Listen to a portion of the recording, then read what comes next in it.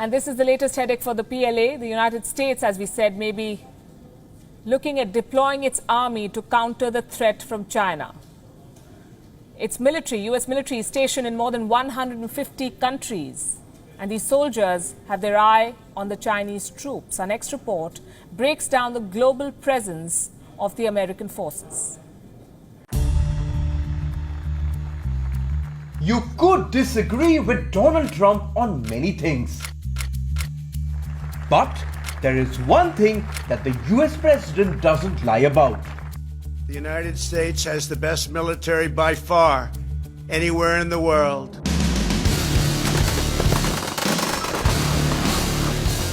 The American military remains the strongest fighting force in the world. And this is not about weapons. The presence of the US Defense Forces extends beyond the borders of America. Nearly 200,000 personnel are on active duty outside the United States. They are stationed in more than 170 countries. The US military is on every continent on the planet. They are backed up by a global network of military installations. The United States still remains the largest operator of military bases abroad. In 2015, a report claimed that the United States maintains nearly 800 military bases in more than 70 countries. In comparison, countries like Britain, France and Russia have around 30 bases combined.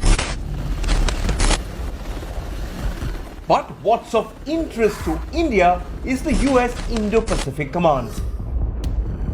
Earlier, this was known as the Pacific Command, but the Trump administration renamed it 2 years ago, declaring its greater emphasis on South Asia, especially towards India. The Indo-Pacific Command is a combined armed force unit of the United States. It's one of the oldest and largest combatant commands that specifically deals with the Indo-Pacific. The Indo-Pacific Command has been busy. With China stepping up its military activities, America too stepped up its patrolling in the region. This month, 3 American warships patrol in the waters close to China.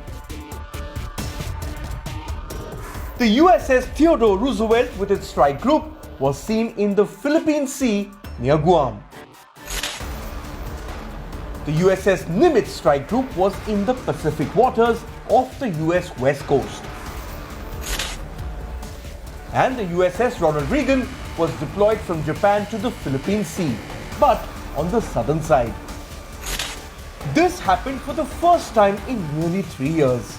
A report described the American buildup as an unusual sight.